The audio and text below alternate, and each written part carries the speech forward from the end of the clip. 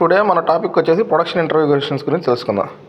First మనం ఎక్కడికైనా వెళ్ళిన తర్వాత ఇంటర్వ్యూకి వెళ్తే ఫస్ట్ సెల్ఫ్ ఇంట్రడక్షన్ అడుగుతారు. సెల్ఫ్ ఇంట్రడక్షన్ అంతా అయిపోయిన తర్వాత ఫస్ట్ మనం క్వశ్చన్స్ ఏమడుగుతారో చూద్దాం ఇంటర్వ్యూలో. ఫస్ట్ ఎస్ఓపి అంటే ఏంటని అడుగుతాడు. ఎస్ఓపి అంటే ఏంటి? Standard operating procedure. ఇదంటే దీనివల్ల మనకి యూజ్ ఏంటి? ప్రాసెస్ అనేది స్టెప్ బై స్టెప్ మనకి చెప్పే ఒక రిటర్న్ డాక్యుమెంట్నే మనం ఎస్ఓపి అంటాం. తర్వాత ఏమడుగుతారు? పిహెచ్ అంటే ఏంటని అంటారు. పిహెచ్ అంటే ఏంటి? పిహెచ్ అంటే minus log H plus. Log H plus అంటే hydrogen ion concentration is called as the pH. PH అంటే దీన్ని వచ్చేసాం మనకి పిహెచ్ స్కేల్ మీద 0 to 14 రికార్డ్ అయి ఉంటుంది. మనకి 7 ఉంటే న్యూట్రల్, 7 బిలో ఉంటేనేమో యాసిడ్, 7 అబవ్ ఉంటే బేస్. తర్వాత కొన్ని ఎగ్జాంపుల్స్ వచ్చేసరికి స్ట్రాంగ్ యాసిడ్స్ వచ్చేవరకు H2SO4 HNO3. అదే వీక్ మామూలుగా బేస్ వచ్చేసరికి NaOH KOH. తర్వాత ఏపీఐకి ఇంటర్మీడియట్ డిఫరెన్స్ ఏంటి అంటాడు. ఏపీఐకి ఇంటర్మీడియట్ డిఫరెన్స్ ఏంటి? ఏపీఐ అంటే యాక్టివ్ ఫార్మస్యూటికల్ ఇంగ్రీడియంట్స్. తర్వాత దీంట్లో వచ్చేసరికి ఫస్ట్ మన ఫైనల్ స్టేజ్ అనమాట. ఇంటర్మీడియట్ కంటే తర్వాత స్టేజ్ని ఏపీఐ అంటాం. ఇంటర్మీడియట్ అంటే ఏంటి? దీన్ని మిడిల్ స్టేజ్ అనమాట. దీని తర్వాత ఏపీఐకి వెళ్ళిద్ది. అంటే ఏపీఐ కంటే ముందు స్టేజ్ని మనం ఇంటర్మీడియట్ అంటాం.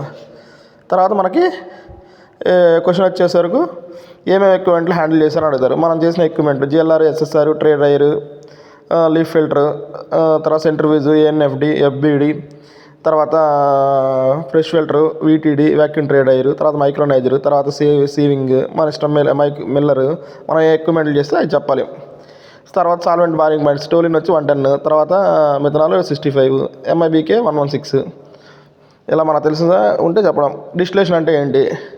అసలు డిస్టిలేషన్ అంటే ఏంటి? డిస్టిలేషన్ అంటే మామూలుగా సపరేషన్ ఆఫ్ ది మిక్చర్స్ అనమాట. ఏమన్నా 2 లిక్విడ్స్ ఉన్నాయనుకోండి, సపరేట్ చేసి మనకి వేపరింగ్ ద్వారా మనకి డిస్టిలేషన్ అయ్యిద్ది అనమాట. దీన్నే మనం డిస్టిలేషన్ అంటాం. దీనిలో వచ్చేసే వరకు దీనివల్ల యూజ్ ఏంటి? రికవరీ సాల్వెంట్ని మనకు వస్తుంది కావాలనుకున్నప్పుడు, సాల్వెంట్ ఎలా ఇంప్యూరిటీస్ ఉన్న పోతే మాయిశ్చర్ కంటెంట్ రిమూవ్ చేయడానికి దీన్ని ఎక్కువగా డిస్టిలేషన్ అవుతుంది. డిస్టిలేషన్లో 2 టైప్స్ ఉంటాయి. ఒకటి వ్యాక్యూమ్ డిస్టిలేషన్, తర్వాత నార్మల్ డిస్టిలేషన్. నార్మల్ డిస్టిలేషన్ అంటే ఏంటి?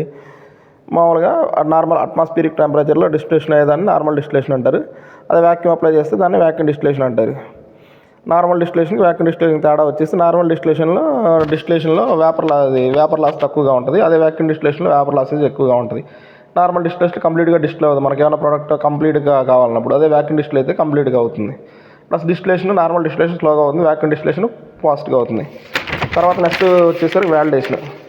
అసలు వ్యాలిడేషన్ అంటే ఏంటి? వ్యాలిడేషన్ అంటే ఏంటి? మనకి మెయిన్ వ్యాలిడేషన్ అంటే ఏం లేదు, మనకి ఎక్స్పెక్టెడ్ ప్రోడక్ట్ అనేది ఏదైనా ఒక ప్రోడక్ట్ తీసుకున్నప్పుడు అది కాన్స్టెంట్గా వస్తుందా లేదా క్వాలిటీ అనేది తెలుసుకోవడం కోసం మనం వ్యాలిడేషన్ చేస్తాం. దాంట్లో ఒక 3 బ్యాచ్లు వ్యాలిడేషన్ చేసి దాంట్లో కరెక్ట్గా వస్తుందా లేదా, pH టెంపరేచర్ వద్ద అవుతుంది, తర్వాత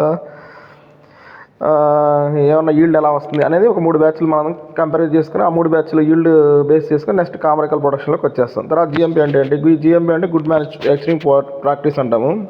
తర్వాత దీన్ని వచ్చేసి quality system, main patient safety గురించి ఇది చూపిస్తుంది. ఈ గైడ్లైన్స్ GMP గైడ్లైన్స్ మనం ఫాలో అయితే ఏమైనా కంప్లైంట్స్ వచ్చినప్పుడు ESFD దీని ద్వారా మనం క్లియర్ చేసుకుంటాం.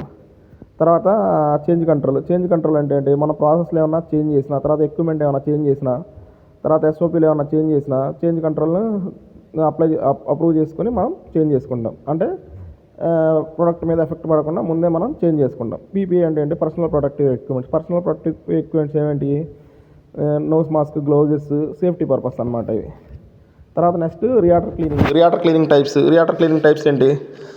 బ్యాచ్ టు బ్యాచ్ క్లీనింగ్, తర్వాత ప్రోడక్ట్ చేంజ్ ఓవర్ క్లీనింగ్, తర్వాత periodical cleaning. Batch to batch cleaning అంటే ఒక బ్యాచ్ తర్వాత ఇంకో బ్యాచ్ని క్లీన్ చేసుకుంటాం, ఇంప్యూరిటీస్ లేకుండా క్లీనింగ్ పెట్టుకుంటాం. అదే పీరియాడికల్ క్లీనింగ్ అంటే మన SOP ప్రకారం 20 ± మధ్య బ్యాచ్లు అయిపోయిన తర్వాత ఒకే బ్యాచ్ క్లీన్ చేస్తాం. ప్రోడక్ట్ చేంజర్ అంటే ఈ బ్యాచ్ నుంచి ఒక ప్రోడక్ట్ నుంచి ఇంకో ప్రోడక్ట్, ఒకటి సపోజ్ ఇన్కేస్ పాయింట్రపాజాలు వేస్తాం, తర్వాత ఇంట్రాకాంజల్కి వెళ్ళినప్పుడు అప్పుడు ప్రోడక్ట్ చేంజర్ క్లీనింగ్ చేసుకుంటాం.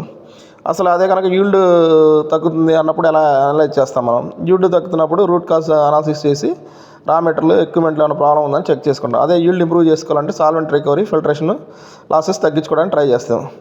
తర్వాత TLC అంటే ఏంటి? TLC అంటే థిన్ లేయర్ క్రోమటోగ్రఫీ. అంటే ఏంటి? మనకి థిన్ లేయర్ క్రోమటోగ్రఫీ అంటే ఈ స్టేజ్ నుంచి నెక్స్ట్ స్టేజ్కి వెళ్ళాలంటే ముందు స్టేజ్ ఆబ్సెంట్ అయిందా లేదా అని తెలుసుకోవడం కోసం TLC యూజ్ చేస్తాం. అలానే రియాక్షన్ కంప్లీట్ అయిందా లేదా అని తెలుసుకుంటాం. ఇంప్యూరిటీ ఏమన్నా ప్రాసెస్లో మానిటరింగ్ అవుతుందా లేదా మెయిన్గా చెక్ చేసుకుంటాం.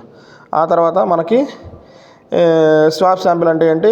తర్వాత రిన్స్ శాంపిల్ అంటే ఏంటి? స్వాబ్ శాంపిల్ అంటే పర్టికులర్గా ఒక సర్ఫేస్ ఏరియాలో తీసుకుని స్టిక్ పెట్టి తీసుకునే దాన్ని స్వాబ్ శాంపిల్ అంటారు. రిన్స్ శాంపిల్ అంటే మన రియాక్టర్లో కంప్లీట్ అయిన తర్వాత మొత్తం క్లీనింగ్ జస్ట్ ఒకసారి రిన్స్ ఇచ్చి శాంపిల్ కింద బాటం నుంచి తీసి ఇచ్చేదాన్ని రిన్స్ శాంపిల్ అంటాము. తర్వాత అలానే ఇంకా మనకి ఫైర్ ట్రయాంగిల్ అంటే ఆక్సిజన్, హీట్, ఫ్యూయల్ వీటిలో ఏది లేకపోయినా సరే మనకి ఫైర్ అయినప్పుడు ఆగిపోయింది. రియాక్షన్లో అజిటేటర్ ఎందుకనే ఇంపార్టెంట్ ఏంటి, మెయిన్ ఏంటంటే అజిటేటర్ వల్ల ఇంపార్టెంట్ అంటే యూనిఫామ్గా మిక్స్ అవుతుందా లేదా అని తెలుసుకుంటాం అనమాట.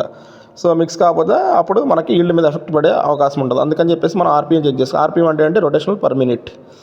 మీకు ఈ ఛానల్ నచ్చితే ప్లీజ్ లైక్ అండ్ సబ్స్క్రైబ్ మరిన్ని ఫార్మా అప్డేట్ కోసం.